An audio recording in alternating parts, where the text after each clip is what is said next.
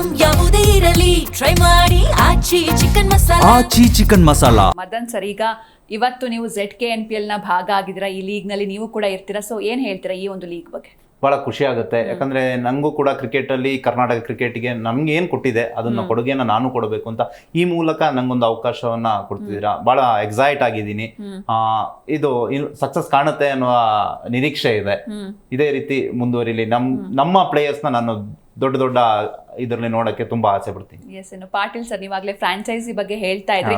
So ಫ್ರಾಂಚೈಸಿಗೂ ಕೂಡ ಒಂದು ಒಳ್ಳೆ ಅವಕಾಶ ಇದು. ಸೊ ಇದನ್ನ ಎಕ್ಸ್ಪ್ಲೇನ್ ಮಾಡಿ, ಅಂದ್ರೆ ಹೆಂಗಿದು ಫ್ರಾಂಚೈಸಿ? ನಿಜ ಫ್ರಾಂಚೈಸಿಗಳನ್ನ ನಾವು ರೆಡ್ ಕಾರ್ಪೆಟ್ ಮೂಲಕ ವೆಲ್ಕಮ್ ಮಾಡ್ತಾ ಇದ್ವಿ. ಖಂಡಿತವಾಗ್ಲು ಒಂದು ಕ್ರಿಕೆಟರ್ಸ್ಗಳು ಬೆಳಿಬೇಕು ಅಂತಂದ್ರೆ ಒಂದು ಫ್ರಾಂಚೈಸಿ ಬೇಕಲ್ಲ, ಬೆಳೆಸೋರು ಬೇಕಾಗ್ತಾರೆ.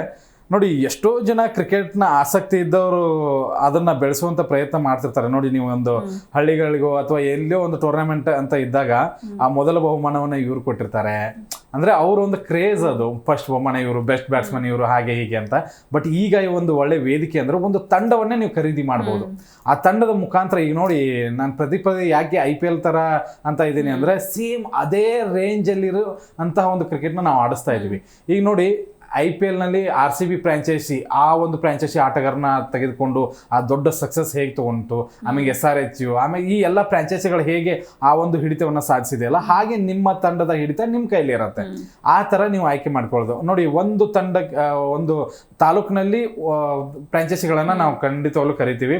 ಒಂದು ಫ್ರಾಂಚೈಸಿ ಬಂದ್ರೆ ಖಂಡಿತವಾಗ್ಲೂ ಆ ತಂಡಕ್ಕೆ ನಮ್ಮ ನಿಗದಿತ ಮೊತ್ತವನ್ನು ಕೊಟ್ಟು ಆ ಒಂದು ತಂಡವನ್ನು ಅವ್ರು ಖರೀದಿ ಮಾಡಬೇಕು. ಒಂದಕ್ಕಿಂತ ಹೆಚ್ಚಿನ ಫ್ರಾಂಚೈಸಿಗಳು ಬಂದ್ರೆ ಬಿಡ್ ಮಾಡ್ತೀವಿ. ಯಾರು ಅತಿ ಹೆಚ್ಚು ನಲ್ಲಿ ಭಾಗವಹಿಸ್ತಾರೆ, ಹೆಚ್ಚಿಗೆ ಯಾರು ದುಡ್ಡು ಕೊಟ್ಟು ತಂಡವನ್ನು ಕರೀತಾರೆ, ಅವ್ರಿಗೆ ನಾವು ಆ ಒಂದು ಅವಕಾಶವನ್ನ ಕೊಡ್ತೀವಿ. ಫ್ರಾಂಚೈಸಿ ಕೇವಲ ಬಂದು ತಂಡವನ್ನ ತೆಗೆದುಕೊಂಡ್ರೆ ಮುಗೀತಾ, ಆಡಿಸಿದ್ರೆ ಮುಗೀತಾ ಅನ್ನೋ ಹಂಗಿಲ್ಲ. ಆ ಫ್ರಾಂಚೈಸಿಯ ಪ್ರತಿಯೊಂದು ಪ್ರಸಾರವನ್ನು ನಾವು ಮಾಡ್ತೀವಿ. ನೋಡಿ, ಈ ಮ್ಯಾಚ್ ಆರಂಭಕ್ಕೂ ಮುಂಚೆ ಆ ಫ್ರಾಂಚೈಸಿ ಅವ್ರನ್ನ ಕರೆದು ಅವ್ರನ್ನ ಮಾತಾಡಿಸುವಂತಹ ಒಂದು ಕೆಲಸವನ್ನು ಮಾಡ್ತೀವಿ. ಅದರ ಜೊತೆಗೆ ನಮ್ಮ ಕಮೆಂಟೇಟರ್ಸ್ ಇರ್ತಾರೆ, ಅವರು ಕೂಡ ಪ್ರತಿ ಸರಿ ಮ್ಯಾಚ್ ನಡೀತಾ ಇರುವಾಗ ಮಧ್ಯದಲ್ಲಿ ಆ ಫ್ರಾಂಚೈಸಿ ಬಗ್ಗೆ ಹೇಳ್ತಾನೆ ಇರ್ತಾರೆ, ಅವ್ರ ಬಗ್ಗೆ ಪ್ರಚಾರವನ್ನು ಮಾಡ್ತಾನೆ ಇರ್ತಾರೆ. ಮತ್ತೆ ಲೈವ್ ಸ್ಟ್ರೀಮಿಂಗ್ ಇರೋದ್ರಿಂದ, ಇದು ವರ್ಲ್ಡ್ ವೈಡ್ ಹೋಗ್ತಾ ಇರೋದ್ರಿಂದ ಖಂಡಿತವಾಗ್ಲೂ ಆ ಒಂದು ಲಾಭವನ್ನು ಆ ಒಂದು ಫ್ರಾಂಚೈಸಿ ಖಂಡಿತವಾಗ್ಲೂ ಪಡೆದುಕೊಳ್ಳುತ್ತೆ. ಇನ್ನು ಆ ತಂಡದ ಆಟಗಾರರ ಜರ್ಸಿ ಮೇಲೂ ಫ್ರಾಂಚೈಸಿಗಳ ಹೆಸರನ್ನ ಹಾಕೋಬಹುದು, ಆಮೇಲೆ ಅಡ್ವರ್ಟೈಸ್ಮೆಂಟ್ ಮಾಡ್ಕೊಳ್ಬಹುದು.